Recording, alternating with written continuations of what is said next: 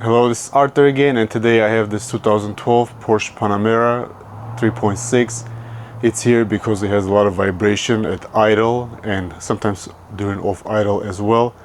It is due to worn motor mounts, and we're going to go ahead and replace it. This car is 153,000 miles, and I believe it is still on original mounts. Right, let's check them out. Okay, these are the mounts that I have. The owner provided the parts. As you can tell, they look identical, other than the part that this one has a lot longer stud on it than this one. So typically with this job you also want to replace the truss mount on top, the dog bone mount.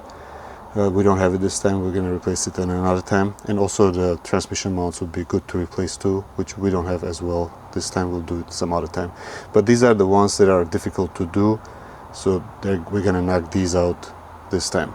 Okay, I'm going to start off by lifting up the car, removing the bottom tray and jacking it up on the lift.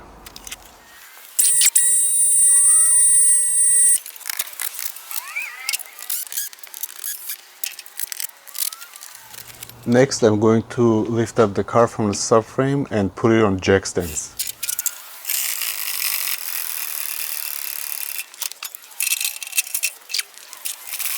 Okay, at this point I have the car elevated from the lift. They'll give me a little bit more access to lowering the subframe. So I'm going to go ahead and remove this bracket as well as this one. Just give me some access to the bolts, better access, plus they're easy to remove and they won't be in the way. These are our more mounts that we need to remove. So let's get to it.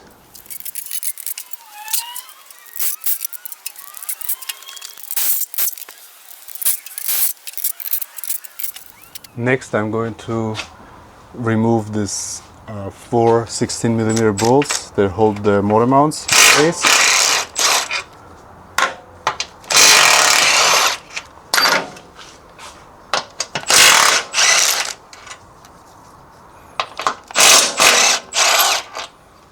Next, there are a few bolts that hold the subframe in place. I'm going to loosen them up a little bit, not completely remove them, but loosen them up where I can pull the subframe down slightly. They will give me enough room to fish the motor mounts out. The difficult part is to undo the top nut on top of the motor mount. The driver's side is not as bad because there is some access over here from the side of the wheel. It's a 18mm, but on the passenger side you're blocked by this pipe and as well as the heat shield, which we're going to remove the heat shield and you're gonna see what I'm gonna do about that pipe.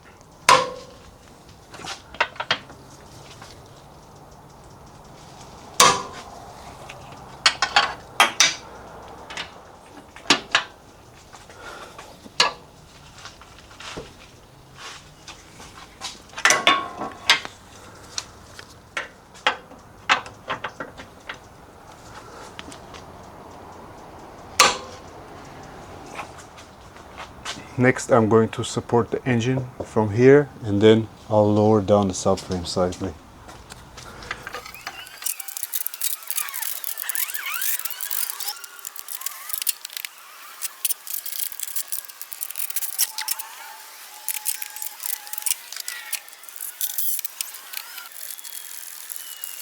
Okay, so I disconnected the steering shaft from here. It's a 1E10 that holds this down to the rack and pinion, and it pulls right out pretty easy. There's no teeth there, it's just a groove. And then there are 4 18s that hold the subframe up. Those came off as well. And there are 2 10s that hold these power AC lines in here. I disconnected this one and as well as this one, and this gave it a little bit of room for it to come down slightly where it's enough to pull the motor mounts down. This one, I don't know yet, I'll see, I might have to lower it more to get this one out. So now I'm going to work on this side to removing this heat shield and then trying to get the top bolt off. I also removed this T30 that goes here, and this one holds that line that goes above the motor mount. So if you loosen that up, it will give you a little bit more room. I did remove the two tanks that hold this heat shield, and I was able to move it to the side. So for the passenger side, I removed the wheel. I was trying to remove the motor mount bracket, but the bolts are just way too hidden. And then I noticed that I can probably slide one of these wrenches on top of the nut. So I'm going to try to undo it now.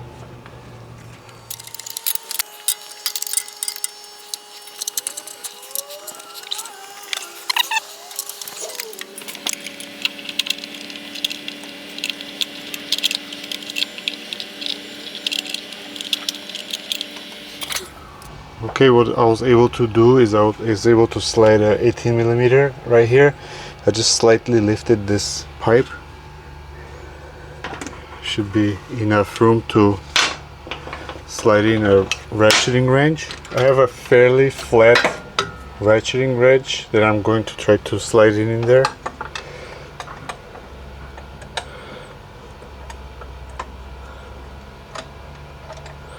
I think this is what I did the last time. It's been a while since I've done one of these jobs and I don't remember how it went.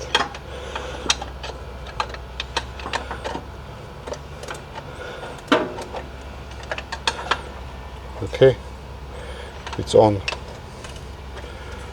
Now this should give me enough leverage to break it loose.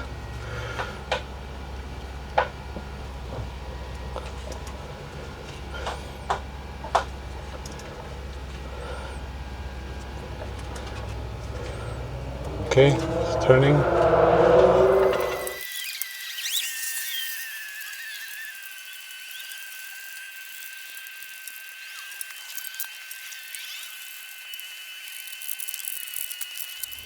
So I was able to remove the motor mount by using an 18mm socket and kind of a flat ratcheting wrench with a long arm because it was pretty tight.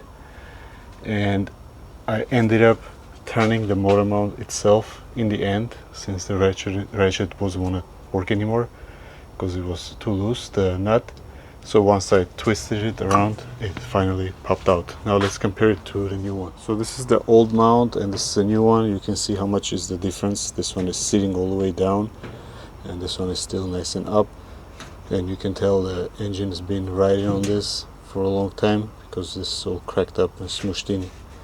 Okay, now let's put the new one back. As you can see, there is a little hole right here in the back, and on a motor mount there is a little pin over there, and that one has to sit in this way. So there's only one way this can sit in. Pay attention to put it in the right way.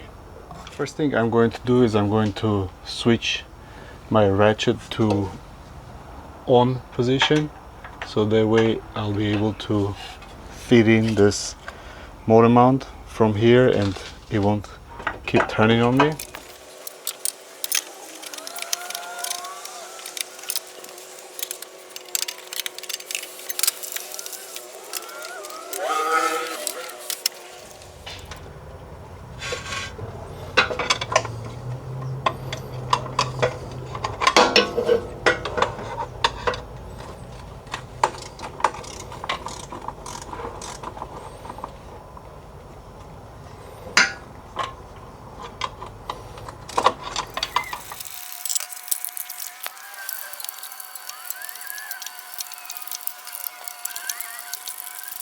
Okay, I was able to apply some pressure on top of the ratchet over here to be able to put in the bolt of a motor mount, the nut.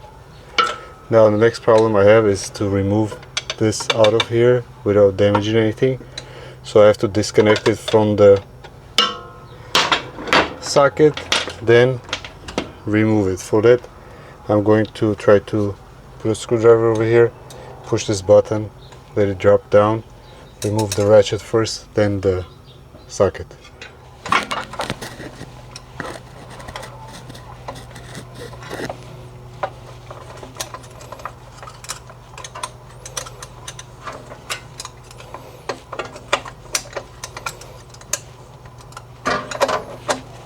Okay, the socket is free.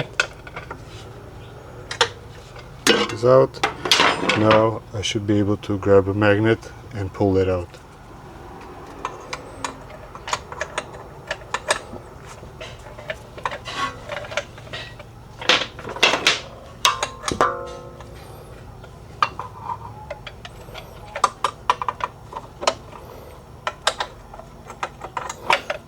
Okay.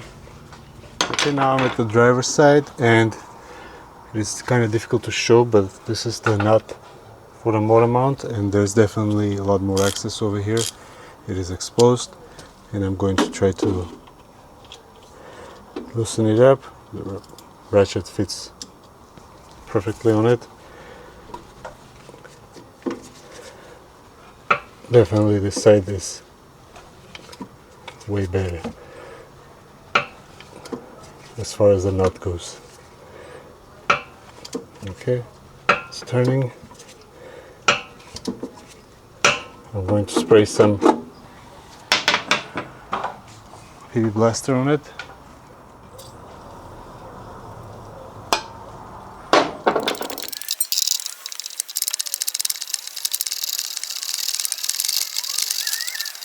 Okay, so the nut is off. Now I'm going to try to see if I can remove this motor mount out of here. It is being blocked by the mount and the subframe.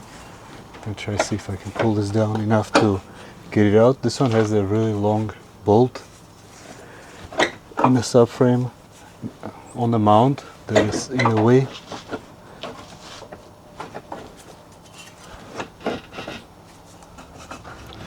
Also going to remove this fender liner over here, since it's kind of on the way of a subframe, and it's easy to remove. There are only a few bolts.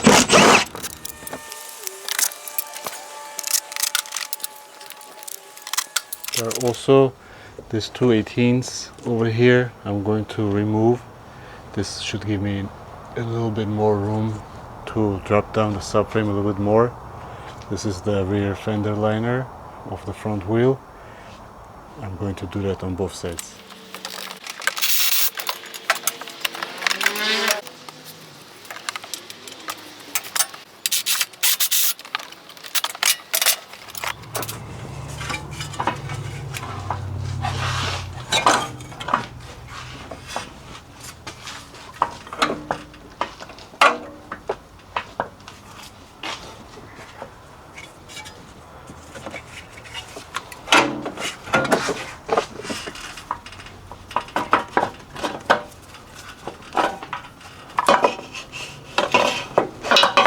This is the driver's side motor mount, and this one is just equally bad, and I have to pull down on the subframe a little bit to bring it out because of the control arms are under tension. But I don't want to remove them because it's easier just to pull on it a little bit, and there's enough room for it to move around. I'm going to put the new one back on.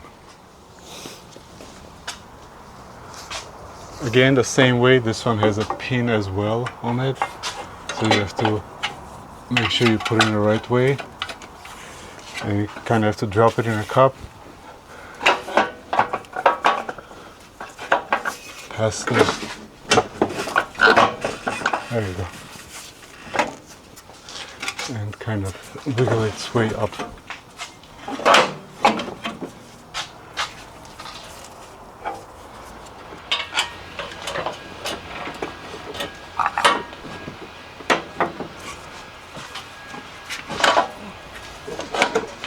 There you go.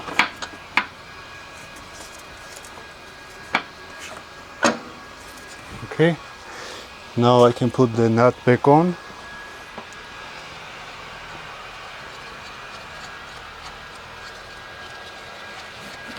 To lift it up a little bit so the pin will line up, and then tighten the nut. I can probably hold it with a little bit of a help with a bar, and then I'll be able to ratchet on the nut.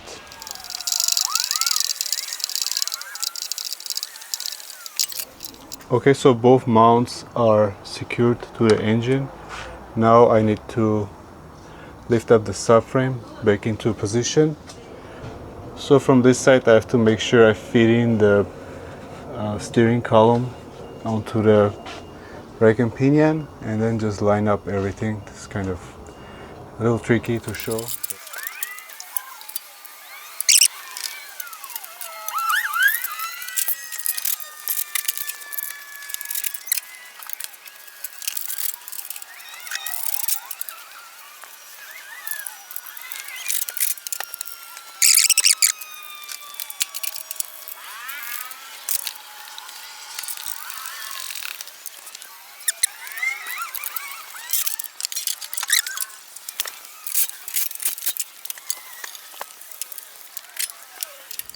Okay, I put the subframe back up and connected the steering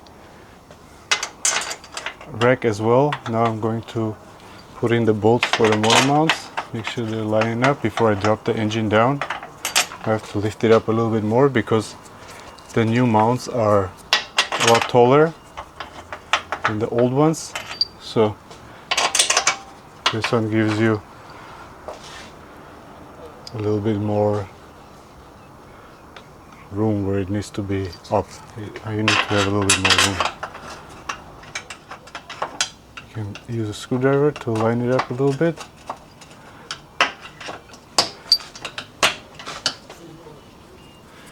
I'm going to line it up and drop the engine a little bit so it'll hold it in place.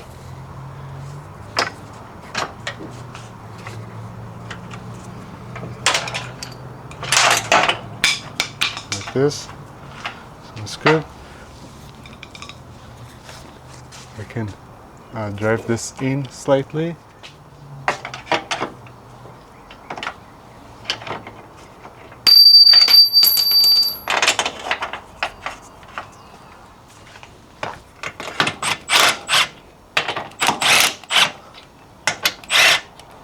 Okay, now I can lower the engine down and then tighten down all the bolts.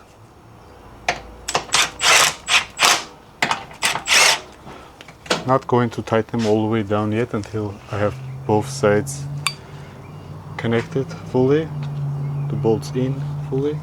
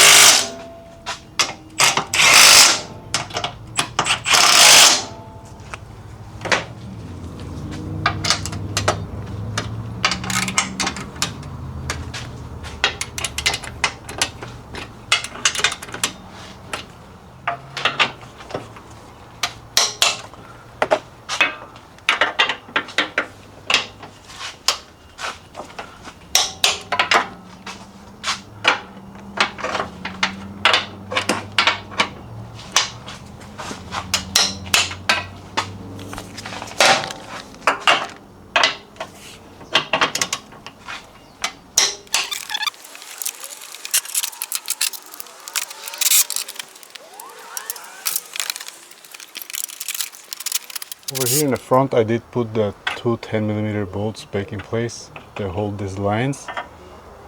Now I'm going to go ahead and install the bracket that goes on the bottom that also holds up the sway bar, and as well as this cover, and then I will put the wheels back on.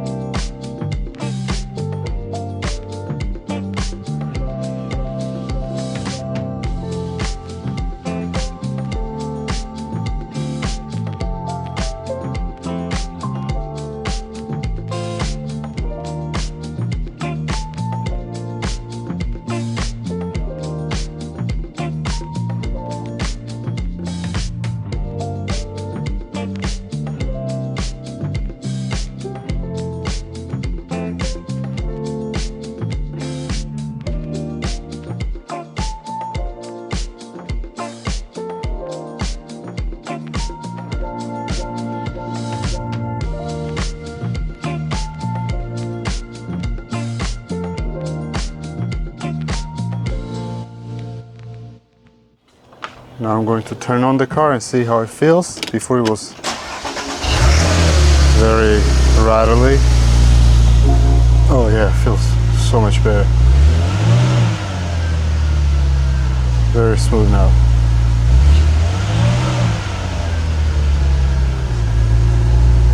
Okay, that's about it for this video. The mounts have been replaced. The car runs a lot smoother now. And it is kind of not a very easy job to do on these, as you have to drop the subframe to get it out. And the nut on the passenger side is like really dumb design, the way it is so tight, the room. But overall it is doable. You know, you do need a lift, I would say. You know, without a lift it would be pretty difficult to do.